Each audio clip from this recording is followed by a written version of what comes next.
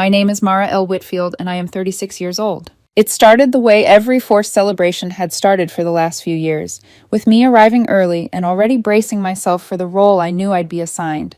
Tight smiles, clipped greetings, and that familiar pressure in my chest that came from showing up somewhere I was expected to carry, but never to belong. It was my mom's 61st birthday, and I knew before I even parked the car exactly what would be waiting for me inside. Chauffeur, caterer, emotional punching bag, and if the night went the way it usually did, the unspoken ATM. I got there 20 minutes early because my mom asked me to. I told myself maybe this time would be different. Maybe I'd walk in and just be a guest. That hope lasted about 10 seconds. I hadn't even taken my coat off when she pointed toward the kitchen and said the deviled eggs weren't chilled enough. No hello, no thanks for coming early, just instructions. I moved automatically, setting down my bag, adjusting trays, wiping a counter that was already clean. It felt muscle deep, the kind of reflex you don't even notice anymore. Kyle wasn't there yet, of course. That never mattered. When he finally showed up 40 minutes late, no apology, no explanation, the room practically lit up. My mom rushed over to hug him. My dad pulled out a chair like royalty had arrived. Someone made a joke about traffic. Laughter followed. I kept carrying appetizers from the kitchen to the table like background scenery in a party I was quietly funding. No one offered to help. No one said thank you. Kyle made a crack about how I still loved playing servant, and for a split second I waited. I waited for my mom to tell him to knock it off. I waited for my dad to say that wasn't funny. I waited for anyone to notice how far it had gone. No one did. My mom laughed. My dad kept eating. An aunt mumbled something about how I'd always been good with my hands. I had to bite my tongue to keep from laughing, because if they knew how many of their bills those hands had paid, the joke would have landed differently. Dinner started, and I took my usual seat at the corner of the table next to a cousin I barely knew. My mom gave her speech, the same one she gave every year. She cried halfway through, talked about how grateful she was for this family, this life, this beautiful home. She didn't mention the $25,000 I loaned them last year when the bank nearly foreclosed. She didn't mention the night I emptied my emergency fund so their car wouldn't be repossessed. She didn't mention the years of quiet help that kept everything standing. Then she looked directly at me. "You're here out of courtesy," she said, her voice steady, practiced. "Not because you matter." There was no pause, no hesitation, no sign she realized what she'd just done. The words landed flat and sharp at the same time, like she'd been waiting to say them. Kyle didn't miss a beat.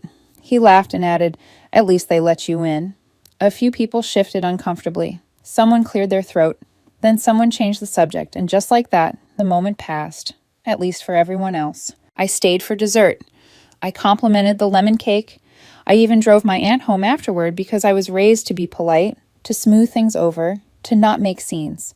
But as I backed out of my parents' driveway that night, something inside me settled into a quiet, irreversible place. I wasn't angry. I wasn't even surprised. I was done pretending this was normal. 4 days later, their joint account locked. They found out when my mom tried to buy groceries and her card declined.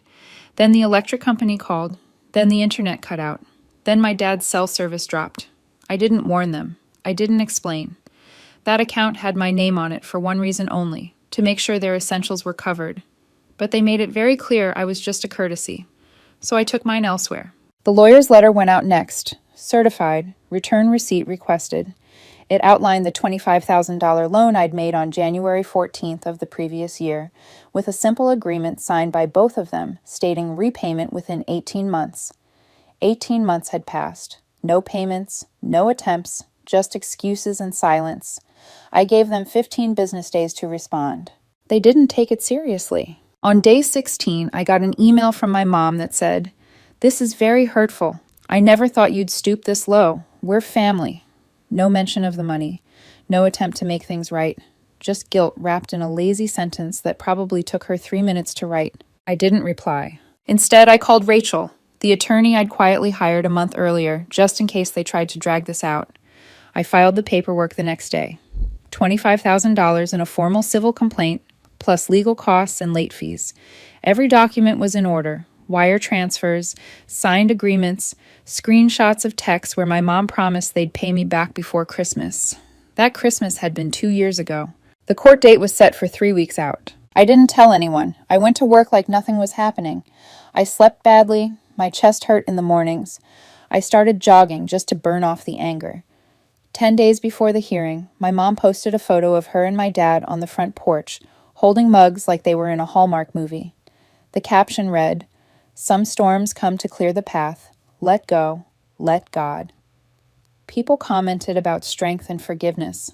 I almost laughed. Forgiveness to them meant pretending the last 2 decades didn't happen. The morning of the hearing, I wore black. Not to make a statement. I just didn't feel like pretending anymore. They were already seated when I walked into the courthouse, my parents side by side, like this was just another appointment they planned to charm their way through.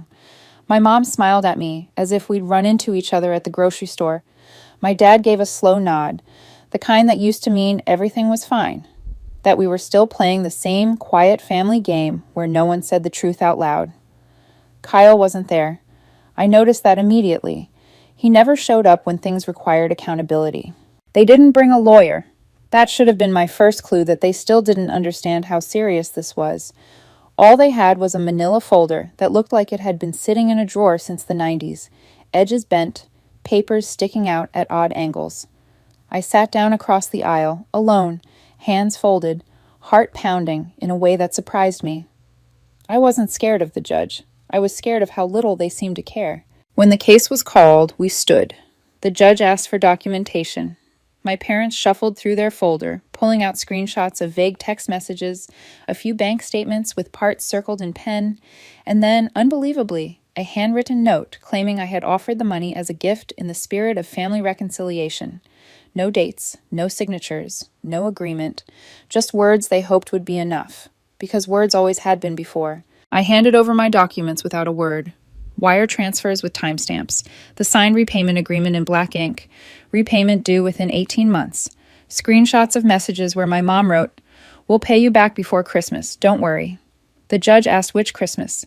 My mom hesitated. My dad cleared his throat. They couldn't answer. They tried to talk around it. My mom said the agreement was symbolic, that families don't keep score. My dad said they were shocked I would hold them to it, like my expectation of being repaid was the real betrayal. The judge didn't care. She cared about contracts, evidence, and timelines. She ruled in my favor without drama. Full repayment of $25,000 plus court fees and interest. They had 30 days to pay or face collections. I didn't look at them as I walked out. I didn't need to. I felt lightheaded, like the air outside was thinner somehow. That night, I removed my name from every account, login, and subscription they were using. Phone plans, internet, utilities, even the streaming services I'd set up years ago when they couldn't figure out the passwords. I closed the shared credit card I'd opened just in case, the one they used to order dinner 3 times a week. I changed my number and blocked them everywhere except email. 2 days later, Kyle texted me from a new number. "You really nuked everything. You know they're not okay, right?" I stared at the screen for a long moment and then put the phone face down. The truth was, I wasn't okay either. I hadn't been for years, but I was finally done pretending that my pain didn't count. 10 days passed. Then my mom posted another photo. Her and my dad sitting on the porch, mugs in hand, smiling softly. The caption said, "Some storms come to clear the path. Love always wins." The comments were full of sympathy and vague spiritual encouragement. I almost admired how easily she could rewrite reality if enough people were watching. 3 weeks after the ruling, I came home on a Friday night and saw it. Red spray paint, cheap and dripping, slashed across my front door. One word, all caps, centered perfectly. Fool. I sat in my car with the engine off and just stared at it through the windshield. Not fear, something colder, something like confirmation. I lived in a quiet suburb. No teenagers tagging houses, no break-ins. Nothing like this had ever happened on my street. I took photos for documentation and stood there a while longer, letting the silence settle. They wanted me to see it. That much was obvious. Inside, I opened my laptop and didn't have to scroll far. My mom had already posted a photo of it, taken from the same angle, the same lighting, clearly before I got home. "Sad to see this kind of hatred in the world," she wrote. "Someone in our daughter's neighborhood got tagged. Be safe out there, friends." People commented about how awful it was. One woman wrote, "Sometimes you reap what you sow." My mom hearted that comment. That's when I knew it wasn't just her, it was all of them. I didn't respond. Not publicly, not privately. I waited. Waiting turned out to be the hardest part, not because I was unsure, but because I finally understood what they were trying to do. They didn't want to scare me. They wanted to mark me, to make sure every time I walked up to my own front door, I remembered my place. Fool. It was meant to stick, to burrow under my skin and live there, long after the paint was gone. I cleaned it myself the next morning, not because I was ashamed, but because I refused to let it greet me every time I came home. As I scrubbed, neighbors slowed their cars, some pretending not to stare, others offering quick, awkward sympathy. I nodded, thanked them, kept working. I didn't explain. I didn't need to. The explanation was already out there, carefully curated by my mother's posts and Kyle's quiet comments. For a few days, nothing happened. No calls, no texts, no more social media posts pretending concern. It was almost peaceful, except for the way my phone buzzed late one night with a message from Kyle that read, "Saw Mom's post. Crazy stuff. Hope you're good." Hope you're good. As if hope was something you could offer without accountability. I didn't reply. Then I noticed something else. A blurry photo appeared on a neighborhood Facebook page, taken from across the street. My house, my door. The word fool still faintly visible before I'd scrubbed it away. The caption said, "This is getting out of hand." The comments spiraled fast. People speculated, people judged. A few asked why someone would target that house specifically. No one said my name, but it was implied everywhere. I knew then that the vandalism wasn't the end. It was the beginning of a narrative they were building, one where I was unstable, vindictive, ungrateful. The kind of story that makes people stop asking questions. I let it breathe for a week, watched my mother post vague spiritual quotes about trials and tests, watched Kyle like one or two comments that painted me as dramatic without ever saying it outright. They thought subtlety would protect them. 2 weeks after the door incident, I made my move. I didn't rush it. I waited for a Friday night, parked my car a few streets away, and walked the rest of the distance. I knew their cameras were fake. I'd bought them years ago when my dad insisted they needed security, but didn't want to pay for installation. The house was quiet, porch light off, curtains drawn. I didn't hesitate. On the side of their garage, the one facing the street where joggers passed every morning, I wrote the truth. Foolish hypocrite parents who use their daughter for money. I took my time, each word deliberate. Underneath, I added one more line. Ask them about the $25,000. I was gone before sunrise. By 7 a.m., the neighborhood group chat was on fire. Someone posted a photo. Someone else said it didn't look random. Another commented that it sounded personal. My mom tried to get ahead of it, posting a photo of the new graffiti herself, talking about spiritual attack and forgiveness. This time, it didn't work. The comments were different. Skeptical, curious. One neighbor wrote, "That sounds like someone sending a message." The sympathy evaporated. Kyle liked the post anyway. That should have been the end, but it never is with them. 2 days later, an old friend texted me a link. It was a video, grainy and slow, zooming in on my front door the night it had been painted. A familiar female voice in the background said, "And she wonders why people don't like her." The caption read, "Some people will do anything for attention." It had been posted that morning, weeks after the incident, held back until they thought it would sting the most. I reported it. Nothing happened. That same afternoon, my lawyer called. Her voice was tight. My parents had filed for Chapter 13 bankruptcy. They listed the court-ordered repayment as a dischargeable debt. They were trying to erase it, to rewrite reality one more time. I sat at my kitchen table staring at my phone long after the call ended. The hollow feeling that settled in wasn't anger anymore. It was grief, not for the money.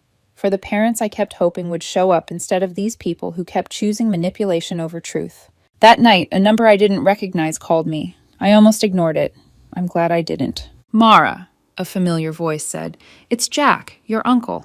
I hadn't spoken to him in nearly a decade. He and my dad had fallen out years ago over money. He'd always been the only one who saw them clearly. "I saw the video," he said. "I called your dad. He hung up on me, so now I'm coming down there." I didn't know whether to laugh or cry. He told me not to do anything else, to let him handle it.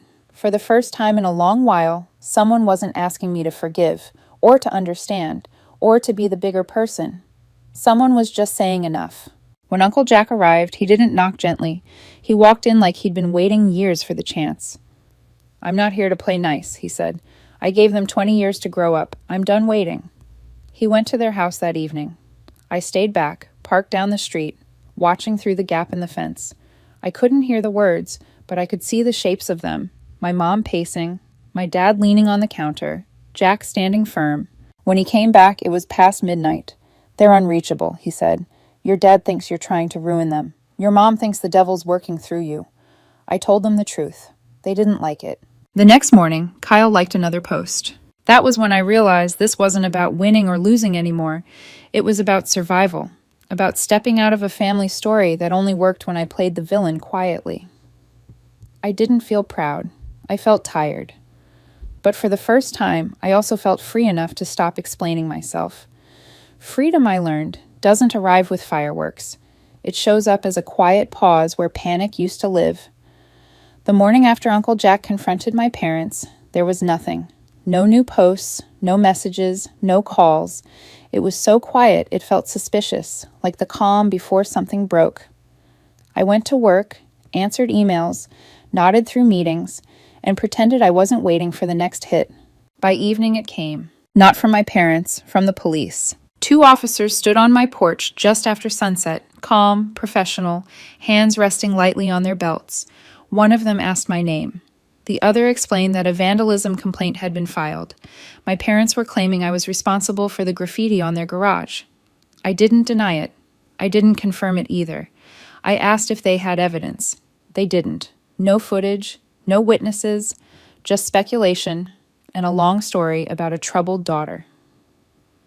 My lawyer handled the rest over the phone. The officers left with polite nods and nothing to file. The same week, the bankruptcy court responded. My parents' attempt to discharge the $25,000 judgment was denied. The court wasn't impressed by the omissions in their filing or the sudden claim of insolvency that didn't match their spending history. Rachel called it what it was, a last-ditch effort to escape accountability. It failed. That should have been the end of their leverage. Instead, they tried one more angle. An email arrived from my dad, short and sharp. "You got what you wanted. Hope you're proud." No apology, no reflection, just accusation wrapped in resignation. I didn't reply. Pride wasn't what I felt. What I felt was a quiet grief for the parents I kept hoping would appear if I waited long enough. Uncle Jack called again a few days later. He said my parents were spiraling. My dad thought everyone had turned against him. My mom cried constantly and blamed me, the neighbors, the devil, anything but herself. Jack asked if I wanted him to go back over there and try to calm things down. I agreed, not because I thought it would fix anything, but because I was tired of looking over my shoulder. He went the next day, stayed an hour. When he came back, he didn't sugarcoat it. "They don't think they did anything wrong," he said. "They think you betrayed them by refusing to be useful." He paused, then added, "I told them if they keep pushing, they'll lose the last bit of dignity they have left." That night, I got a text from an unknown number. "This is your mother. We are sorry for how things have been. We won't bother you anymore." No punctuation, no warmth, no accountability, just retreat. I didn't respond. I blocked the number the next morning, not out of anger, out of necessity. I stopped checking their social media. I removed mutual friends. I changed my email address. The distance wasn't just emotional anymore, it was structural, digital, permanent. Uncle Jack stayed with me for 2 weeks. Before he left, he hugged me and said something I didn't know I needed to hear. "They raised you to believe love was conditional. You proved them wrong by leaving." When he drove away, I didn't cry. I just stood there, watching the taillights disappear, feeling lighter than I had in years. The world didn't end. My job didn't suffer. My house didn't fall apart. No lightning struck me down for choosing myself. 3 months passed without drama. No paint, no videos, no calls. I heard through whispers that Kyle had moved back in with my parents, that they stopped going to church, that my mom still told people she didn't know why I snapped. I didn't care. I loved them. That's what made it take so long. But love without respect is just endurance, and I was done enduring. For the first time in my life, I wasn't waiting for the other shoe to drop. I wasn't rehearsing explanations. I wasn't budgeting my kindness. I was done playing the fool. What surprised me most wasn't how much quieter my life became, but how slowly my body learned to trust that the quiet was real. For years, silence had always meant something bad was coming. A bill, a crisis, a call that started with, "I hate to ask, but..." Now the days passed without interruption, and I found myself bracing for impact that never arrived. I stopped waking up with my jaw clenched. I stopped checking my phone first thing in the morning. I took walks after dinner instead of collapsing on the couch, mentally replaying conversations I wished had gone differently. I didn't realize how much energy I'd spent managing other people's expectations until they were gone. Kyle tried once more, indirectly. A mutual acquaintance mentioned he'd been telling people I'd lost it, that I'd let money turn me cold. The story didn't land the way he expected. Too many details didn't line up. Too many people remembered how often I'd stepped in over the years. The narrative he'd relied on, the one where I was the difficult daughter who needed to be managed, didn't survive contact with facts. I focused on my own life instead. I repainted my living room a soft gray, not because anyone suggested it, but because I liked how it caught the light in the afternoons. I took my daughter to a museum on a random Wednesday and didn't feel guilty for taking time off. We laughed more. She asked fewer questions about why Grandma and Grandpa weren't calling. Kids notice consistency more than absence. One afternoon, I found an old notebook while cleaning out a drawer. Inside were lists I'd made years ago, goals I'd written and crossed out, plans I'd postponed. After things settled down, I'd written more than once. I closed the notebook and realized something simple and devastating.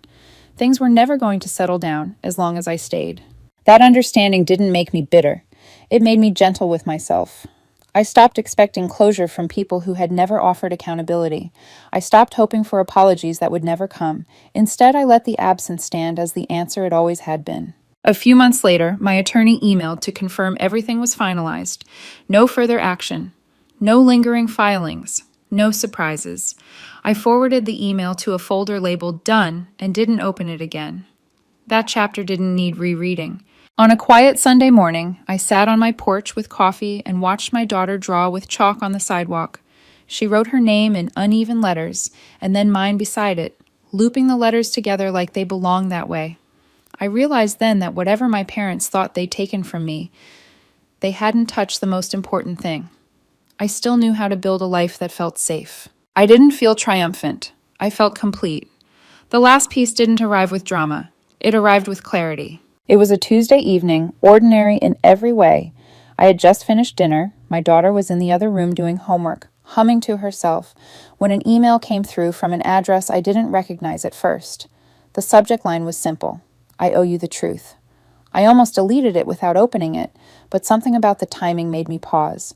It was from my mother, not the shared family account, not my dad's email, hers alone. She didn't start with guilt this time. No spiritual language, no talk about family unity or betrayal. She wrote plainly, almost carefully, as if each sentence had been weighed before being allowed onto the page. She said she'd been sitting with everything since the bankruptcy filing failed, since Uncle Jack showed up, since the neighbors stopped making eye contact. She admitted finally that the money had never been a misunderstanding, that they had relied on me because it was easier than changing, because I was reliable, because I didn't push back. She wrote that when she told me I was there out of courtesy, she hadn't meant it the way it sounded, but then added a line that mattered more than the excuse. She said she understood now why it sounded exactly the way it did. She admitted that in her mind, my role in the family had slowly shifted from daughter to resource, and she hadn't questioned it because it benefited her. She didn't ask for forgiveness. She didn't ask to meet. She ended the email by saying she would respect my silence if that was what I chose. I sat with that email for a long time. It didn't undo anything. It didn't erase the years of being overlooked, or the humiliation, or the fear. But it was the first time one of them had named the truth without trying to soften it or turn it back on me. I didn't respond. Not because I was angry, but because I didn't need to. Some acknowledgments aren't invitations. They're closures. Life moved forward quietly after that. My parents didn't show up again. Kyle stayed gone. The noise faded completely. In its place, routines formed. Stable ones, predictable ones. I went to work. I came home. I planned trips I could afford without checking anyone else's calendar. I saved money and spent it without explaining myself. I stopped measuring my worth by how useful I was to people who only noticed me when something was breaking. One night, as I tucked my daughter into bed, she asked if we were still a family, even though some people weren't around anymore. I told her the truth in the simplest way I could.